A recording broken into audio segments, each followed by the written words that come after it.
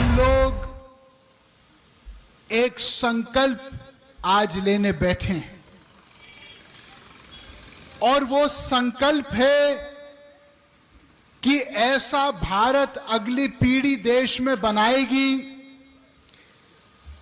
जिस भारत में असली लोकतंत्र जन्म लेगा। एक बार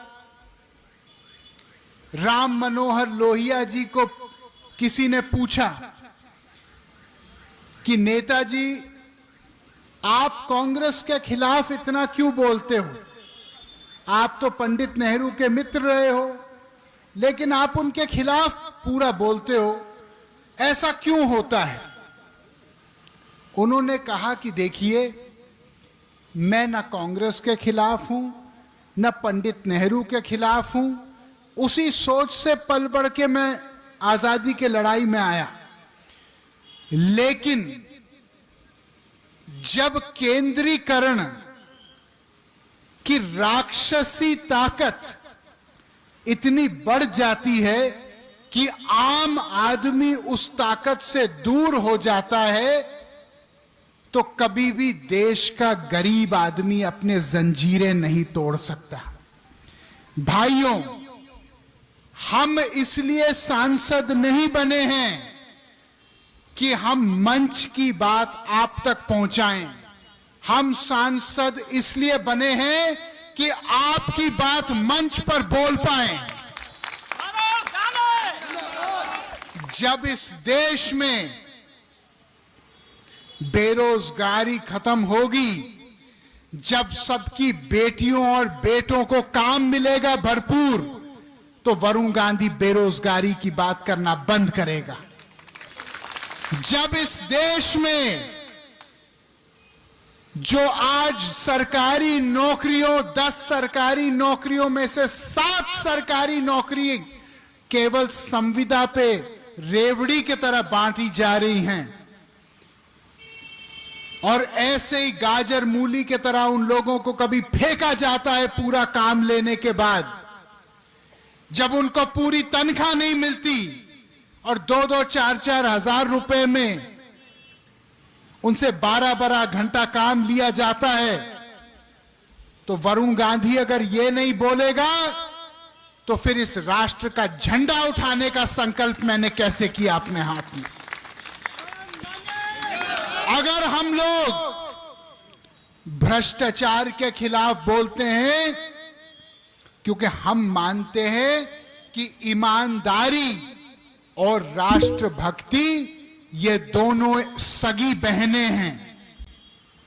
अगर ईमानदारी नहीं होगी तो राष्ट्रभक्ति भी नहीं हो सकती। जो लोग कमीशन खाते हैं, जो लोग पहले कच्चे मकान में रहते थे, फिर जनप्रतिनिधि बनने के बाद अरबों के महल बना रहे हैं, जो कॉलोनियां काट रहे हैं, जो लोगों का हक छीन रहे हैं, अगर वरुण गांधी आवाज नहीं उठाएगा तो क्या ये लोग आवाज उठाएंगे? मैं राजनीति में इसलिए नहीं आया क्योंकि राजनीति एक पेशा है। ना मैं राजनीति में कुछ बनने आया, मैं राजनीति में आया तो इस मिट्टी की खुशबू जो मुझे लगती है, इसका मान सम्मान बढ़ाने के लिए मैं आया हूं। मैं इसलिए आया हूं ताकि अगर कोई माय का लाल हिंदुस्तान को अंदर से दीमक की तरह खा रहा है, तो हम नाम लेके और उसका काम लेके भी बोलेंगे और डंके के चोट पे बोलेंगे।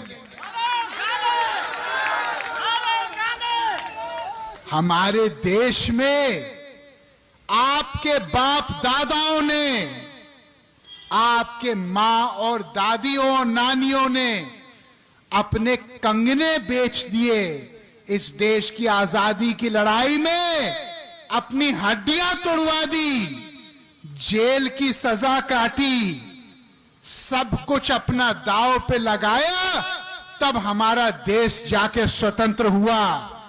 आज केवल हम हिंदुस्तान पाकिस्तान के क्रिकेट मैच पे ताली बजाएं, यह हमारी देशभक्ति नहीं हो सकती।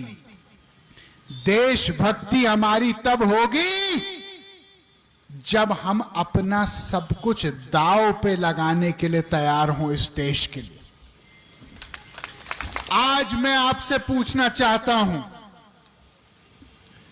कितने लोग यहां पे, हाथ उठाइए, कितने लोग यहां पे इस देश को प्यार करते हैं? हाथ उठाइए। कितने लोग अपने बच्चों को प्यार करते हैं? अपना हाथ उठाइए। अब मैं एक बात आपसे पूछना चाह रहा हूं, आज जब आप गरीबी देखते हैं, आप बेरोजगारी अपनी पाते हैं, आप अपने बढ़ते हुए इलाज के दाम को देखते हैं, आप अपने बच्चों की बढ़ती हुई स्कूल फीस को देखते हैं, आप दूध के, दही के, सब्जियों के, फलों के बढ़ते हुए कीमत को देखते हैं, तो क्या आपको नहीं लगता आपके इस बेटे वरुण गांधी को इनके खिलाफ आवाज उठानी चाहिए कि नहीं उठानी चाहिए? भाइयों, जब मैं राजनीति में आया तो मैं एक शंकराचार्य महाराज के पास गया। मैंने उनके चरण छुए। मैंने कहा, महाराज कुछ हमको ऐसा बताइए कि आजीवन हम लोग इसको गांठ बांध करके अपनी राजनीति का नींव बनाएं।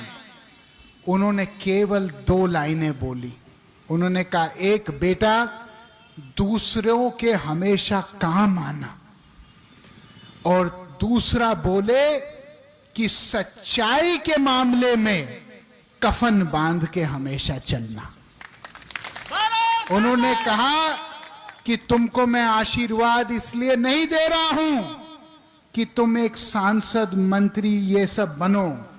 तुमको मैं आशीर्वाद इसलिए दे रहा हूं कि इस देश में जहां भी अन्याय और जब भी अन्याय होगा, तुम उसके खिलाफ एक क्रांतिकारी बन के बोलोगे।